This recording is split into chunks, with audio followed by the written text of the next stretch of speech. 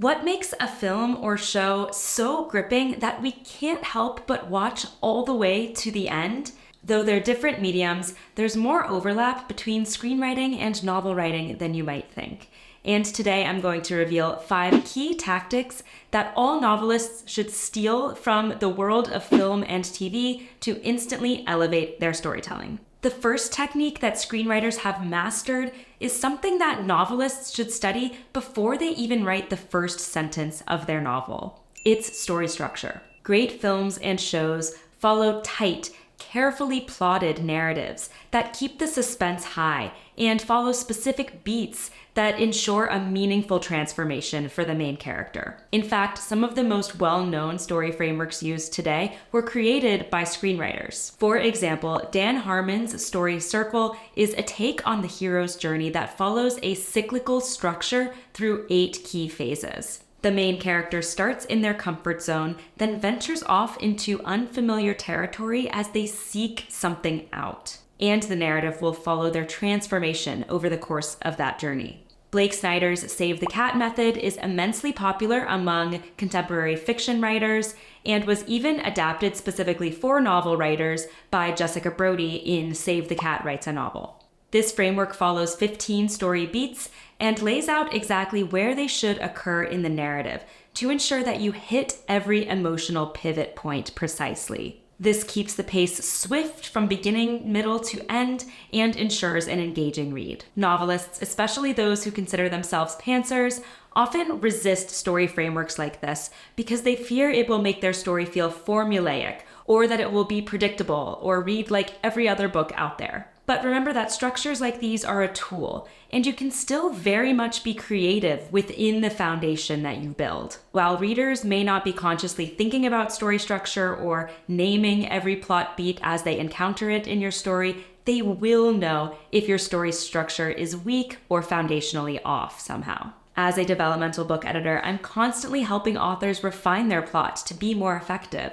And while I don't think you need to follow a specific framework to a T, understanding and studying the foundations of story structure before you turn to the page is going to help you craft a much stronger narrative from the beginning and potentially save you massive revisions down the line. Once you have a strong foundational structure in place, you need to master another key element of storytelling that screenwriters are experts at: dialogue. In film and TV, great dialogue is sharp, purposeful, realistic, and packed with subtext. Every line spoken by the characters either advances the plot, deepens the characters' relationships, or contributes to their individual arc. We've all suffered through movies and shows with poorly written dialogue. When dialogue is too on the nose, or characters express their feelings in an explicit and unnatural way, it comes off as cringy. You obviously don't want your readers to cringe at the dialogue in your novel, so it's critical to get dialogue right. Let's dive into a few techniques that screenwriters use to ensure dialogue lands with impact. Reaction shots. When a character says something consequential or emotional that we expect the other character to react to, the camera will often pan to show that other character's face. You can bake similar reaction shots into your dialogue scenes by showing a character's facial expression or body language. For example, you could show their smile dropping or their hand clenching into a fist. These small moments add texture to the scene and develop the emotional layer of the story. Subtext. Subtext is the implicit meaning behind what is shown in a scene. To craft the most authentic dialogue, that means having the characters not say exactly what they mean all the time. This forces the reader to dig into the subtext and infer the deeper meaning. For example, in a breakup scene, rather than showing the characters screaming direct accusations at each other, you might show them using avoidance or clipped responses that mask how they really feel. Subtext is all about considering the gap between what your characters say aloud and what they really mean internally, and finding a way to convey that to the reader. Pauses. Sometimes silence speaks louder than words. Remember that your characters don't always have to be speaking just because they're in a room together. Double duty dialogue. Every line of dialogue should serve a purpose beyond just delivering that information. Since film and TV narratives rely heavier on dialogue than novels do, screenwriters have to ensure that every line is serving multiple functions. The best dialogue should convey a character's personality, build conflict, complicate character relationships, or advance the plot in some way. As important as it is, in film and TV, dialogue is only one element of a scene. The way the shot is framed or shaped is what informs how the audience emotionally responds to a scene. And even though novelists aren't using a camera, they can still strategically shape their scene with words. So let's talk next about camera movement, which translates to pacing and scene transitions in fiction writing. Directors strategically use camera angles, cuts, and transitions to influence how an audience reacts to a scene and shape the pacing of it.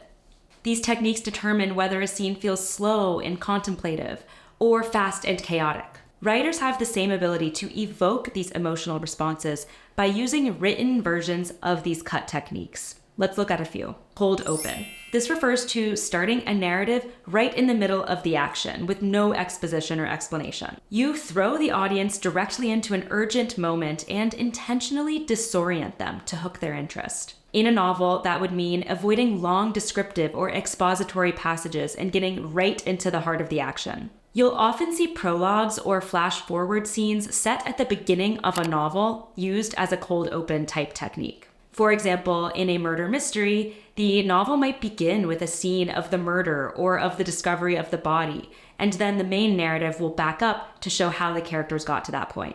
Jump cuts. This refers to a series of clips where some part of the shot has been removed, making it look like the character jumped from one place to the next. It's typically used to condense a scene and keep the pacing tight. Similarly, novelists should make sure to remove redundant phrasing or any material in a scene that isn't meaningfully adding to the narrative. This often comes into play with extensive choreography. For example, your reader doesn't necessarily need to see the entire motion of your character walking down the hallway, turning the doorknob, and entering the room. You can cut straight to the part of the scene that actually matters. Montages. In film and TV, these are shots that show the passage of time, like the iconic scene of Simba growing up in The Lion King. In a novel, you can achieve a montage-like effect by describing what happens over a passage of time in a paragraph of exposition. Just make sure that if there are any key developments in that period, you show them as full scenes. Otherwise, you can summarize what happens to get the character from point A to point B. Match cuts. In film and TV, this refers to using a shared sound, visual, or theme to seamlessly transition between scenes. So when you turn to your novel, think carefully and intentionally about where one scene ends and the next one begins. Then brainstorm ways you could make that transition more cohesive. I like the match cut technique, especially for multi-POV or multi-timeline narratives, because it allows you to illustrate the parallels between the distinct storylines. For example, perhaps one scene ends with your character going to the airport, and then we switch POVs and we see that other character also going into the airport. Or perhaps we go back in time and we see that same character going to the airport, but many years ago. This type of transition keeps the momentum flowing and shows the connections between your scenes. Hard cut to black. In film and TV, this literally means the entire screen fades to black at the end of a scene. It's used for intense, consequential moments where you want a serious, dramatic impact. You can achieve the same effect in your novel by ending a chapter or a scene with a striking, powerful line that makes the reader go, whoa. Trying out these cut techniques in your novel will help you control the pacing of your story and make each scene more dynamic and immersive. This next technique is something that most novelists overlook, especially on early drafts, but it is one of the most powerful ways to elevate your story on a literary level. It's to use visual language. Since film and TV are visual mediums, directors and cinematographers rely on elements like imagery, lighting, and color to convey themes and establish the tone of a scene. Novelists can apply these same techniques by being intentional with their setting descriptions and the sensory details they include. Let's look at a few examples of visual language. Color. Think about how you can thread a specific color or a specific colorful object throughout your story to reinforce a theme. For example, the green light in The Great Gatsby is a great example of this, or the yellow wallpaper in The Yellow Wallpaper by Charlotte Perkins Gilman. Lighting. Just as filmmakers use lighting for emotional effect, novelists should use descriptions of light to convey the tone and emotional landscape of a scene. Consider the mood and atmosphere you want in the scene and use that to guide your description. Perhaps you have two friends reuniting after years apart, where the setting is sunny and bright, conveying the joy and optimism of the scene. Or perhaps you have a mysterious, suspenseful scene where a character hears something concerning, and that takes place in the dark of night. In this case, that shadowy, dim lighting is going to create unease. Selective detail. Filmmakers will narrow in on a shot of a small detail, like a car honking or a bird chirping, to convey the mood and tone of a scene. And novelists should do the same by drawing the reader's attention to specific objects that inform the tone and mood. The key is to be very selective with the details you include so that they don't bog the narrative down. For example, instead of describing everything a character sees in a room, narrow in on a few key telling details, like a dirty countertop or an empty picture frame. Now, I recently learned an interesting concept from film that completely changed how I thought about an audience's interaction with a story, and all novelists should be aware of it as well. It's diegetic versus non-diegetic elements. Diegetic elements refer to sounds and visuals inside the world of the story.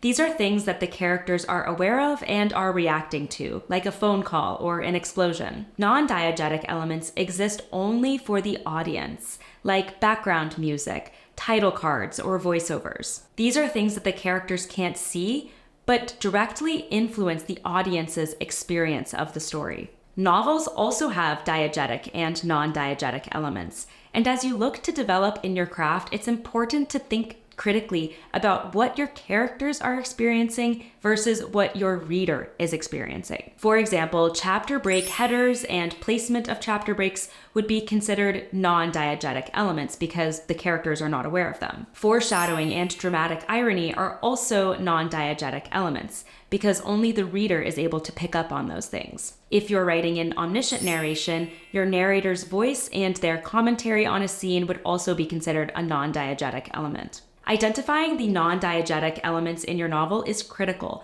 because these are elements that are going to directly influence and shape your reader's perception of the story. To explore these elements, try asking yourself the following questions. What elements of my story exist solely for the reader rather than for the characters? How do my chapter break headers and placement influence the pacing and structure of the story? Could I use foreshadowing or dramatic irony to create a deeper emotional effect? By consciously identifying and refining the non-diegetic elements in your story, you will elevate your craft and you will ensure your reader responds to the story in the way you intend for them to. Now, the hard truth is that mastering all of these cinematic techniques won't save your novel if the story itself falls flat. Luckily, we can turn to the studio behind some of the most emotionally moving stories of all time for help with that. So watch this video where I reveal how to use Pixar's storytelling tactics to ensure your novel resonates with readers. Thanks so much for watching and happy writing.